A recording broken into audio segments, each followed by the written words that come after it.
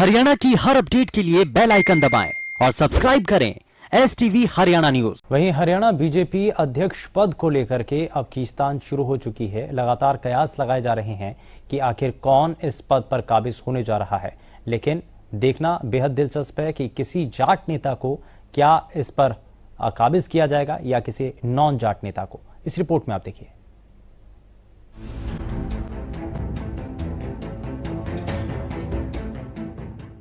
Delhi BJP में प्रदेश अध्यक्ष के बदलाव के बाद अब हरियाणा बीजेपी अध्यक्ष को लेकर भी सुगबुगाहट तेज हो गई है।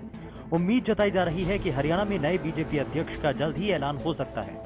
प्रदेश में जातीय समीकरण हमेशा से ही अहम रहे हैं। यही वजह है कि 2014 में हरियाणा की सत्ता में लौटी बीजेपी ने जातीय समीकरण को साधने के लिए जाट नेता सुभाष बराला को प्रदेश बीजेपी की कमान सौंपी, ताकि प्रदेश में 23% जनसंख्या वाले जाट समाज को साधा जा सके। लेकिन 2016 में प्रदेश में हुए जाट आंदोलन के बाद जाटों ने बीजेपी से दूरी बना ली, जिसकी वजह से विधानसभा चुनाव में बीजेपी के तमाम दिग्गज जाट नेताओं को हार का सामना करना पड़ा।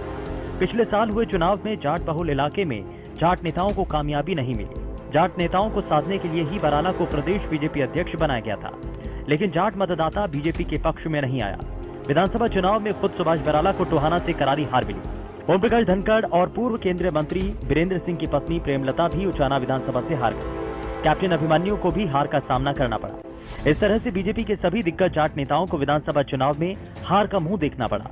इसी को देखते हुए बीजेपी आलाकमान अब नए प्रदेश अध्यक्ष की नियुक्ति को लेकर गंभीरता से मंथन कर रहा है, ताकि आगामी चुनाव के लिए मजबूत जमीन तैयार की जा सके। ये जहां सुभाष बराला जी का कार्यकाल समाप्ति पे आ रहा है, तो इस दौरान बहुत सी चीजें हैं जो बदली हैं।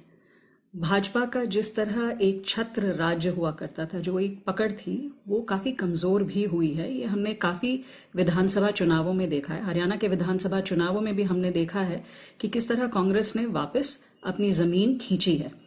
तो भाजपा के लिए ये बहुत जरूरी होगा इस वक्त कि वो ये जो जाट वोट है, उस वोट को डेफिनेटली वापस हासिल करे, क्योंकि उससे इनका जो सारा समीकरण है, वो खेल जो है वो सारा बिगड़ गया था। और दूसरी तरफ इनको अब अपनी पार्टी में दुष्यंत जी को उप सीएम की पोजीशन भी देनी पड़ी।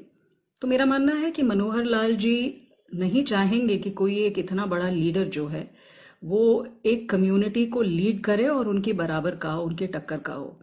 तो एक जाट लीडर वो जरूर ढूंढना चाहेंगे, और लेकिन कोई ऐसा हो जो बहुत ज्यादा दिग्गज ना हो। सूत्रों की माने तो पार्टी के एक धड़े का मानना है कि किसी गैर जाट को संगठन की कमान दी जा सकती है, तो उससे पार्टी को फायदा मिलेगा, क्योंकि जाट वर्ग को पार्टी के साथ जोड़ना पार्टी के लिए काफी टेढ़ी खीर नजर आ रही है, जबकि गैर जाट 2014 से ही लगातार पार्टी के साथ जुड़ रहा है।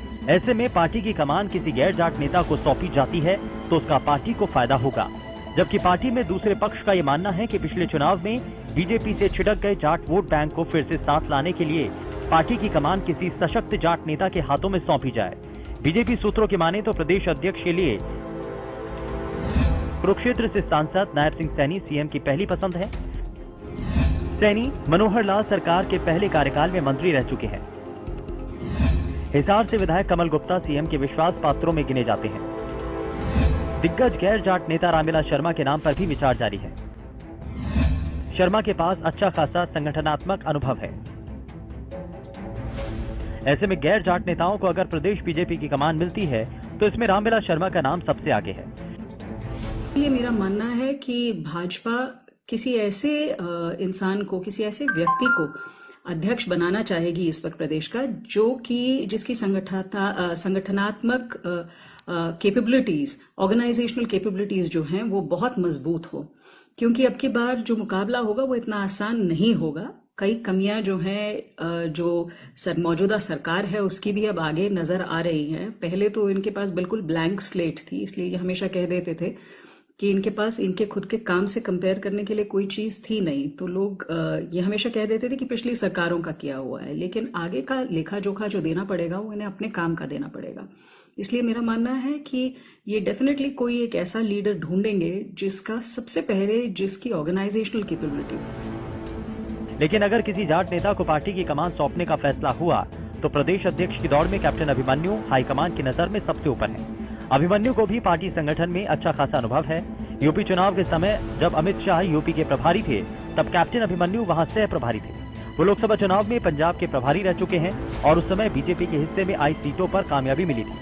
विधानसभा चुनाव में कैप्टन अभिमन्यु हार गए थे, इसीलिए वो मनोहर मंत्रिमंडल में भी नहीं है। ओपी धनखड़ भी सरकार में शामिल नहीं है।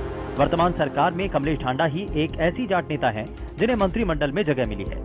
ऐसे में पार्टी इस बात पर विचार कर रही है कि किस जाट नेता को पार्टी की कमान सौंपी जा सके, ताकि पार्टी से दूर हो चुके जाटों को फिर से पार्टी के साथ जोड़ा जाए। Bureau report, Haryana news.